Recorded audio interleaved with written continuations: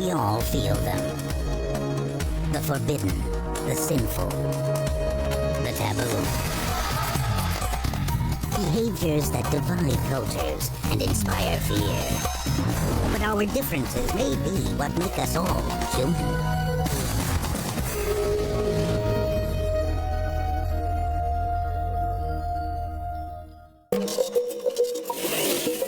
Delicacies.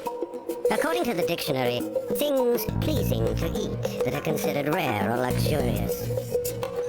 But pleasing to whom? When it comes to food, it's all a matter of taste. One man's meat is another man's poison, and one person's delicacy can be another's taboo.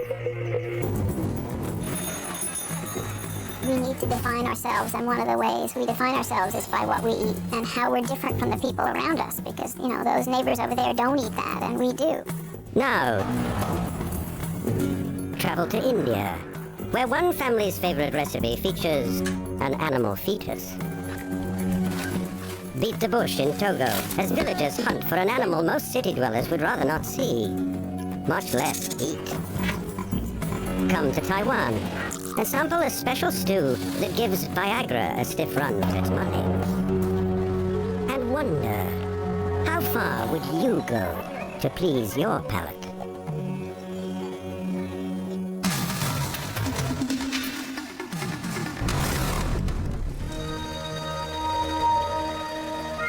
Iceland, a place rooted in Viking tradition. But its capital, Reykjavik, is as cosmopolitan as any modern city. Cafes, great restaurants, and some of the finest, freshest food in the world. But once a year, in February, the people of Iceland turn back the clock to an age-old tradition called Thorrablot, a festival of feasts. The dishes might disgust an outsider. Ram's testicles, sheep heads, and rotting shark. But to the people of Iceland, these are delicacies, only served during this month-long festival. Any kind of festival, food or otherwise, involves some kind of restatement of who you are, what's important to you. Paul Rosin is professor of psychology at the University of Pennsylvania. Food has a particular importance here because it's ingested and it's taken in the body. It produces a certain intimate sense of link. Eating is a very deep way of reaffirming roots. But even Icelanders are sharply divided on whether this food is tasty or taboo. I prefer testicles to pizzas because it's our national heritage. I don't eat testicles. It's delicious. It's gross. Maybe because it's testicles. But the shark is extremely good. It's delicious. I feel really Icelandic when I do it. The sheep heads, the eyes, oh, the eyes are wonderful. And the tongue is very good. The first time you taste it, either you vomit or you love it. Siggy Hall, owner and head chef of one of Iceland's top restaurants, serves some of the world's best nouvelle cuisine, a far cry from rotten shark. This is like a modern Iceland, eh? Modern Icelandic cuisine. But Siggy wouldn't dare serve his guests the foods of the Thorrablot festival. They will probably throw it in my face. His guests agree. Some of it tastes like last year's leftover. Smell will tell you it's dead. It's dead. So why would anyone eat these delicacies? For Siggy and many Icelanders, eating unorthodox dishes is a way to preserve their Viking heritage. We in Iceland, I guess we are the only Scandinavian nation who are still taking care of this tradition. Carolyn Marvin is professor of anthropology at the University of Pennsylvania. To read about our ancestors in a book is a nice thing to do, but it's not quite as powerful and it's not quite as interesting as to reenact what we think those ancestors did, to put ourselves bodily in the place of those ancestors. Today, Siggy will travel to the small fishing town of Stykkishólmur to help prepare a giant feast and keep old traditions alive. For Siggy, reminders of Viking beliefs and superstitions are everywhere. And in these mountains, there are trolls and ghosts. We really believe it. Trolls and ghosts weren't the Vikings' only worry. Winters were brutal and long. Salt was scarce. So to survive, Vikings preserved food with sour milk, and by burying it, hoping it would last until spring. Nothing went to waste, not even the most toxic, pungent foods. Siggy arrives just outside town, where a traditional Icelandic Thoracook is preparing one of the signature meals of Thorablot. Feel the pungent aroma of the shark. This freshly caught 1,700-pound Greenland shark is naturally full of urea and other toxins. These chemicals act as antifreeze, allowing the shark to live in waters as cold as -2 degrees Celsius. The toxins are so concentrated that to eat this meat could make you seriously ill, or possibly even kill you. But Hildibrandr Bjarmus's family has a secret shark recipe that goes back generations. And he knows that the only way to prepare it is to let it rot. Oof. Oh la la. This shark meat has been rotting for 2 months, and the smell proves it. Smells very strongly pungent. As the meat decomposes, it oozes toxic ammonia, the chemical found in most household cleaning products and human waste. I don't want to say the word. This will probably describe it best. Pee. In Viking times, shark meat was buried out of sight, but Hildibrandr prefers to see his delicacy. That way he can keep track of the decaying process.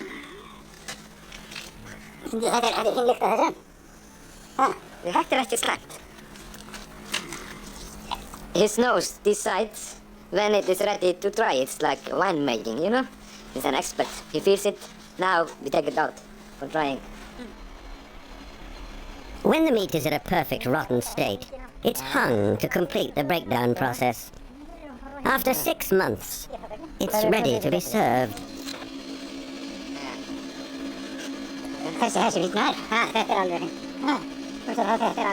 Yeah, this is gonna be very good. It has 2 more months. It's gonna be a great shot, this one. You know, you have to taste always of your produce all the way to follow the quality from the beginning to the end. Coming up, from shark to sheep's head, a town holds a rotten feast. Some guys, you know, really like to eat the eyeballs. And later, would your cup of tea be barbecued rat? I like it more than chicken. Rotten shark is on the menu in Stykkishólmur, where the entire town shows up in their modern finery to feast on ancient, rotting dishes. They have asked Siggy to help with one of the more delicate preparations, a pate of testicles. Well, they asked me to cut the balls. This pate here is about 10 young rams. Former rams. Those are the testicles. Each food is preserved just as it was in Viking times, in a way of sour milk from preparing cheese. This is a long way from the fresh gourmet food we have. A very long way. This is a heck of a sheep. Very good. Every part of the skull will be eaten. Here we have some tongue. I like the tongue. Tongue is the best thing. Some guys, you know, really like to eat the eyeballs. It looks gross, but it's a party, it's a fiesta, it's a game. And people are having great fun with it. A festival is a way of creating community. Nan Rothschild is professor of anthropology at Barnard College. By eating these difficult foods, you're proving that you are a member of the community, that this is important, that you're willing to do these hard things in order to demonstrate your connection, both to the past and to the present.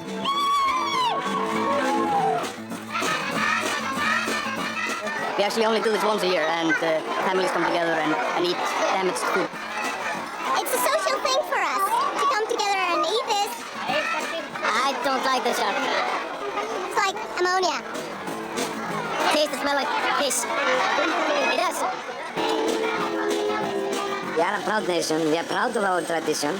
And this is one of the ways not to forget how it was. I think you have to be brought up with it to like it. Despite this feast of oddities, these Icelandic partygoers see nothing bizarre about tonight's main courses. You can find peculiar food in every nation and every culture. I mean, it's in Iceland, it's rotten shark and seabed. No matter what dish is served, Siggy and the Icelanders agree there is more to this tradition than just taste. The point is taking care of this tradition, having fun with it, know what it is, don't forget it, don't forget where we come from.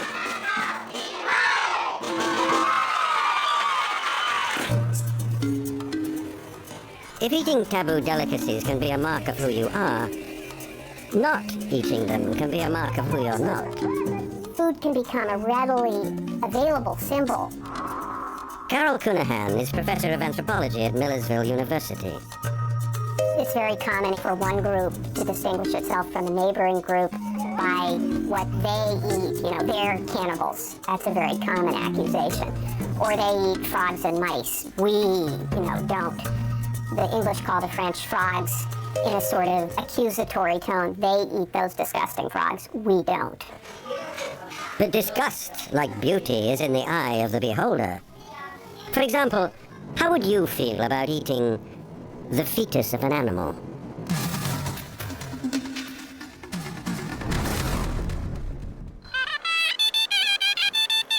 Sunday morning in southern India. It's a day for cooking, feeding, and feasting. Do you have coriander leaves? Mrs. Pauline Naga is planning an elaborate Sunday lunch. Give me 1 kilo of tomatoes and cauliflower, please. She's invited 8 of her dearest friends to an extra special treat, a local delicacy called cootie pie. So tasty, it's not just liked, it's loved. Cootie pie beats everything. Cootie pie is one of the best dishes in the world. So gruesome, it can turn your stomach.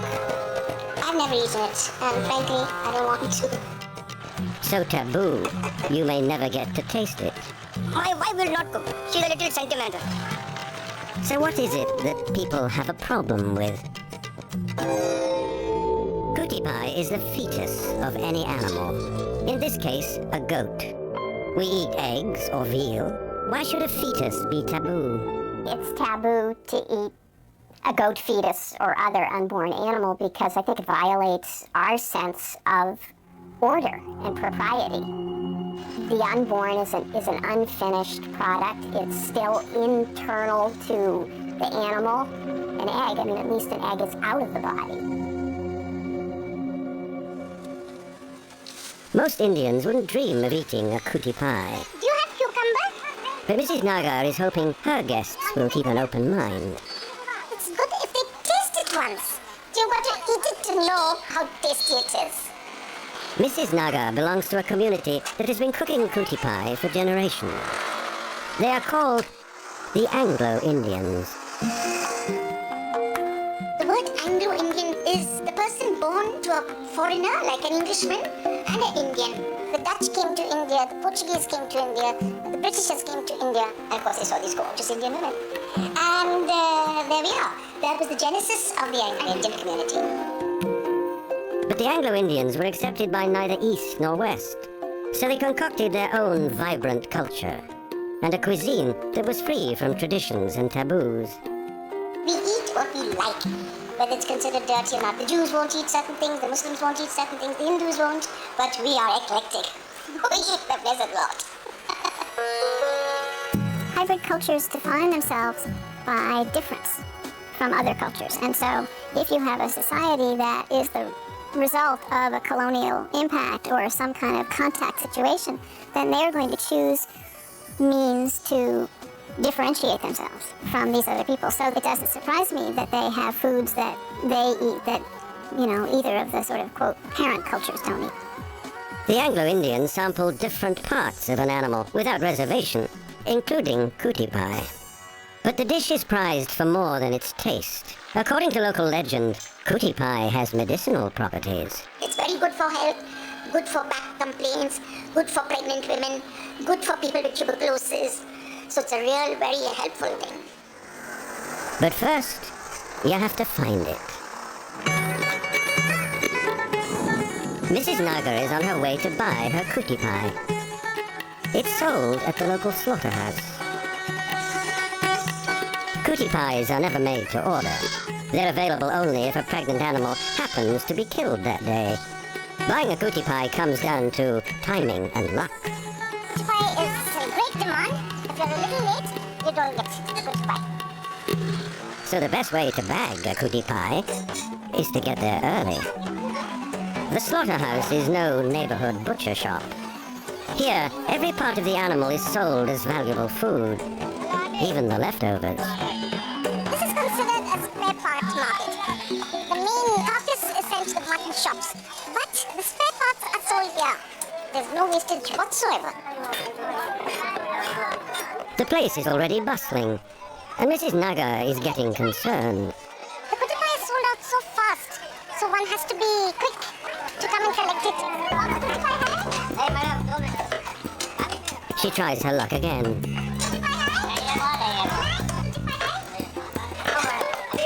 Mrs. Naga is getting worried about her luncheon. The customers have come in earlier than me, and they bought up all the kuti pie. She makes one last desperate try, and learns that the butchers are holding out on her. They have it and they say no. He says that it's not being filmed, not allowed filming, so it cannot be sold to us. Although selling and buying kuti pie is not illegal, the butchers don't want to be seen violating a taboo. It is the pieces, and so they don't like to show that it's being sold. The message is clear. Mrs. Naga won't get her kuti pie as long as she's on camera. You go home. And So she negotiates an alternate deal. he said to me, you go home, and we'll deliver the kuti pie in the house. And that's exactly what I'm doing right now. The shopping fiasco has delayed Mrs. Naga. It's crunch time. And she summoned her friends to help with the lunch. Let's keep the confusion. Things are going well.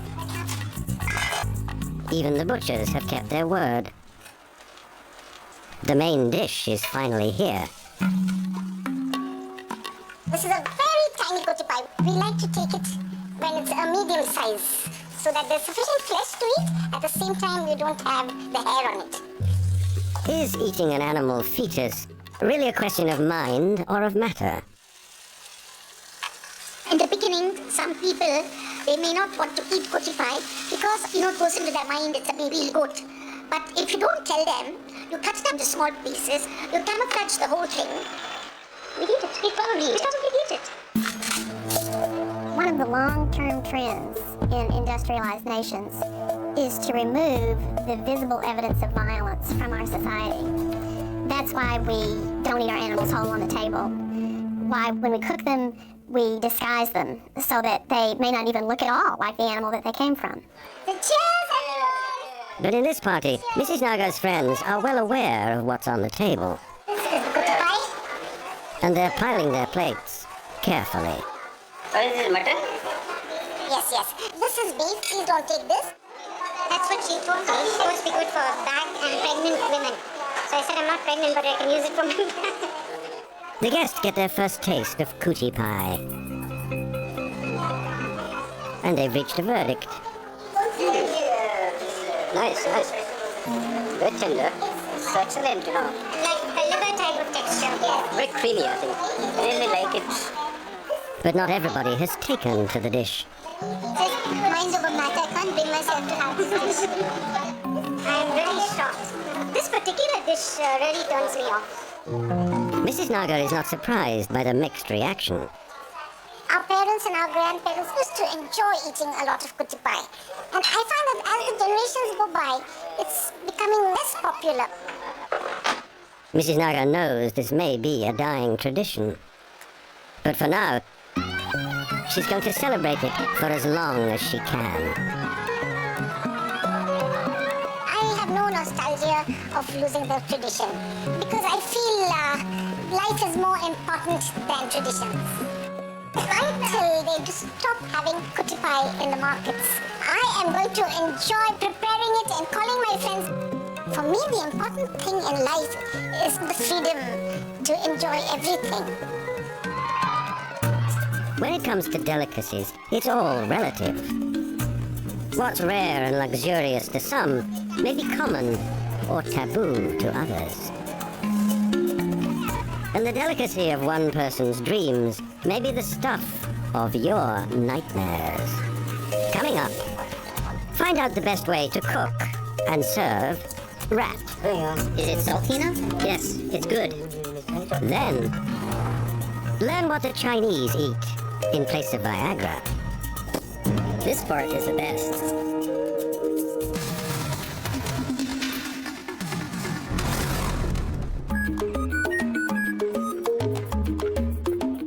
In this village in the West African country of Togo, most people eat what they grow.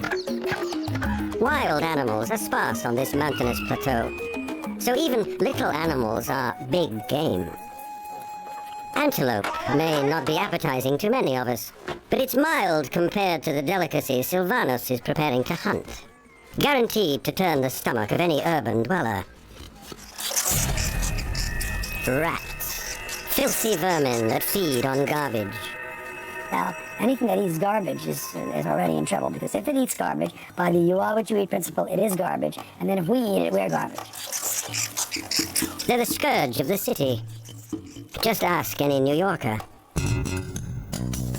Rats are sickly little vermin. They're disease carriers and They're dirty, I'm afraid of them. They crawl around the subways, they eat garbage. they're nasty. I will not eat a rat. I think it's gross. Nah, I don't even really like eat chicken, so a rat would be really stretching it. I prefer not to eat rat. Oh, definitely no rats. No rats. Unless, of course, the New Yorker is from West Africa. Rats, if I'm looking at Africa, rats is a delicacy. I don't see anything wrong with it. Because in West Africa, rat is a delectable, desirable treat that people prefer to more common alternatives. For me, the meat of the rat is more delicious than the meat of the chicken. Their rats are more like squirrels or something. They're not in an environment that is sort of filled with human filth. Rat is such a popular dish in West Africa. It's sold in city markets. But in the little village of Kateme, the only way to get this delicacy is to catch it yourself. And these men are willing to do whatever it takes. If anybody is going to be lazy today, he should leave the group now and go home. Silvanus isn't joking. Before they're through, the hunters will likely hike for miles and dig hours in the hot African sun. All to bag one little rat. Someone else will wait anxiously for their return. Daniel has twisted his ankle, and he needs a rat's tail for a special cure. For this is the land where voodoo was born, and still flourishes. A lot is riding on the hunter's quest. The elders perform a blessing. Here are ancestors. Take the drink. Take it and help them get the animal they are looking for.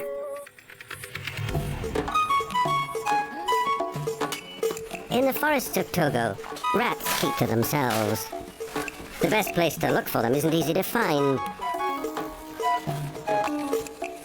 The men walk more than a mile before they see it. An abandoned termite tower. Silvanus is confident he'll find a rat at home. Rats burrow deep inside these towers to sleep during the day, and only venture out to forage for food at night. But despite its promise, this tower yields no rats. The men move on. Miles later, the hunters almost miss a termite tower that's overgrown with brush. But the hole looks very fresh. They decide on a plan to lay siege to the rat's stronghold. Their dinner depends on cutting him off at every turn. I'm plugging the exits of the rat so that he can't escape. Once we do that, then we can start digging. It's a lot of effort for a little rodent most of us wouldn't want to meet, let alone eat. Delicacy is very often related to difficulty in access. How hard it is to get, how much work you have to go to get it, how much it costs. Like truffles, you've got to have your trained pigs and go out, and they're hard to find. So is the rat. But Silvanus and his friends are getting closer. Here is the bed of the rat. Here is the fruit he has eaten today. Now we have found the door, and we are sure that he is inside. It turns out that getting to the rat isn't so easy. More than an hour goes by before Silvanus can hear the rat stirring.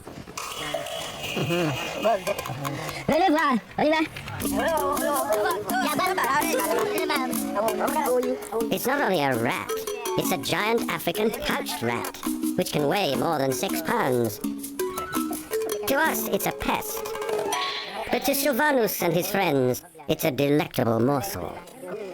Thinking of Daniel and his ankle, the men move quickly to sever the tail. The rat loses its power soon after death. There is a light at the end of the tail that the rat uses to see in the night. This part of the tail has a power. The power is in the string. Taboo or not, the hunters can already taste their feast. But first, back at the village, it's time to let the string work its magic. As an elder looks on, Silvanus performs a ritual he learned from his grandfather. With this, I'm going to treat the pain in your ankle. It will stay around your foot for 7 days.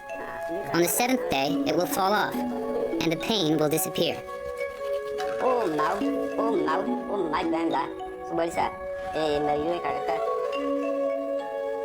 While Daniel goes home to heal, Silvanus has more urgent matters on his mind. Ave tradition holds that those who hunt get first claim to their quarry, a fortunate custom when pickings are small. The cooks treat this furry rodent like tenderloin. Bring peppers, ginger, spices, and tomatoes. Once we grind the ingredients, we'll be ready. But Silvanus realizes that something is missing. The ginger we found for the sauce is good, but we need to accompany it with sodabi. Sodabi is a homemade liquor distilled from palm sap. For the first time today, money changes hands.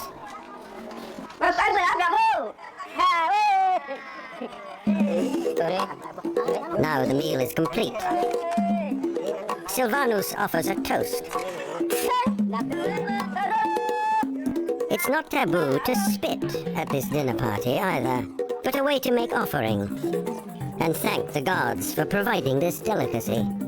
They savor every last morsel, except the intestines, even the bones. We eat the bones because inside there are vitamins. We suck those vitamins, and it helps us keep our joints and bones healthy. But eating rat is about more than nutrition for Silvanus' friends. It's also about community. We all go together to look for the rat. We bring it back, and we cook it together. So eating the meat of the rat is a real pleasure for us.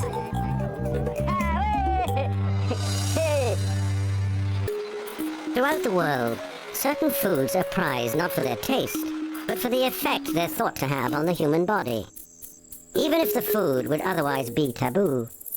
In many cultures, people do eat foods to gain healthful effect from them. A food that otherwise might seem outlandish, you might eat because the desired effect from eating it overcomes any hesitation or, distrust of this particular food. In parts of Asia, an animal organ most wouldn't even touch is considered a rare delicacy for the powers it promotes in the people who eat it. What would you be willing to eat to improve your sex life?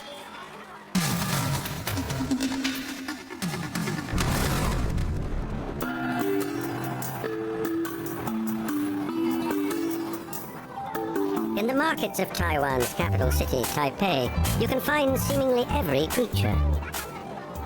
And it's not just choice meat that's for sale, but nearly every other animal part as well. The Chinese sometimes complain their countrymen will eat anything. Very little is taboo. And if there's one Taiwanese gourmet who can turn the most exotic fare into a delicacy fit for an emperor, it is Chef Ping Shing Cho. So feisty. The redder the crown, the more fully developed the rooster. World-renowned for his cuisine, Mr. Cho may be Taiwan's most highly respected chef. And tonight, he will host a very unusual dinner for some very special guests, including several of Taiwan's top food critics. The dish he's chosen to prepare is so taboo, it may be one of the few things many Chinese refuse to eat. The penis of the bull. So this was freshly killed today? Yes, it was killed this morning. A mature bull's sex organ can be longer than 3 feet, even when it's not erect. The end is the most potent, because all the blood supposedly rushes there. So this part is the best. Still, just the thought of eating one is enough to make most people blush. Eating a penis is about as loaded an activity as you can imagine. First of all, a penis is not like a piece of muscle. It's an identifiable part of an animal. It's a part of the body down there, which we tend to think of as pretty disgusting. And of course, it has sexual connotations. And those aren't the only reasons this entree can be so unappetizing. If not prepared well, the meat is sinewy and tough. And inside is the bull's urinary tract. You have to cut it open and wash it clean. If you don't, then you'll have the taste of urine in your food. Could this really be a meal prized for centuries by Chinese emperors?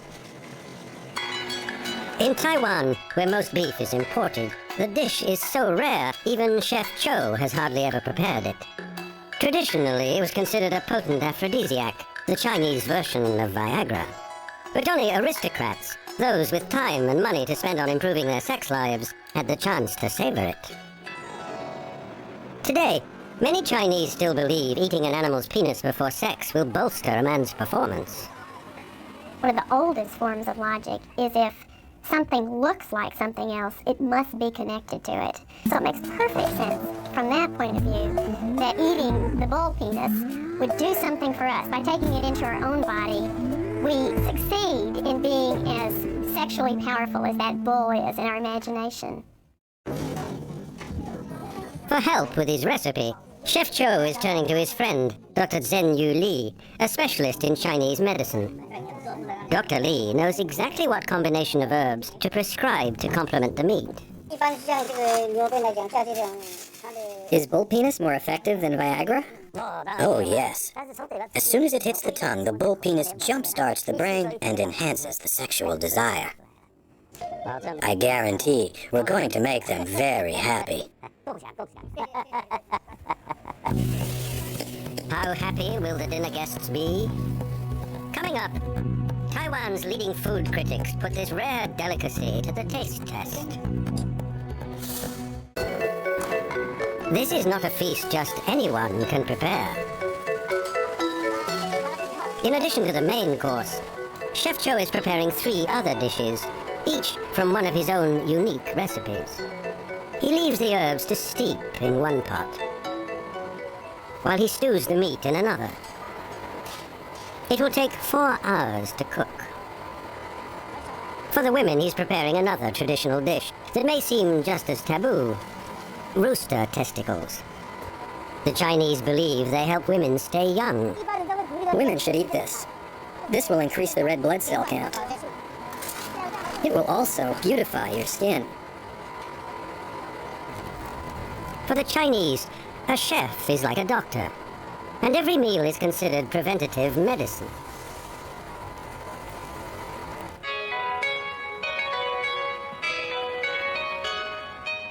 It's a philosophy that began centuries ago on the Chinese mainland and still thrives in its markets, like this one in Chongqing in south-central China. Some of these ingredients you can also find in a Chinese pharmacy. It's to eat as food, but it's also a Chinese medicine. Here, nearly every item is believed to have a specific effect on the body. The Chinese believe that what you eat is what you treat. So if you eat a pig's brain, then you will treat a human's brain. Likewise, eating a bull's penis is thought to increase blood flow to the genitals and boost a man's stamina for sex. People don't eat these things every day. You just couldn't take it. It is not surprising that some cultures would see a bull's sex organ as a taboo food. Very often, beliefs about food and beliefs about sex overlap. And so our taboos or our hang-ups about sex can certainly carry over into our taboos about food. So that in U.S. culture, the Puritan heritage, which causes sex to be pushed aside into a very private space, would make eating something like a penis in public problematic. In his kitchen in Taiwan, Chef Cho is finishing 4 hours of work, and he's ready to welcome his guests. Among them are the leaders of Taiwan's premier culinary associations, men and women who can make or break a chef's reputation. Even for these experts, this meal will be a rare treat. Most of them have never eaten bull penis before. So will we have an immediate reaction after eating this? We have beautiful women next to us. Do you think we won't have a reaction?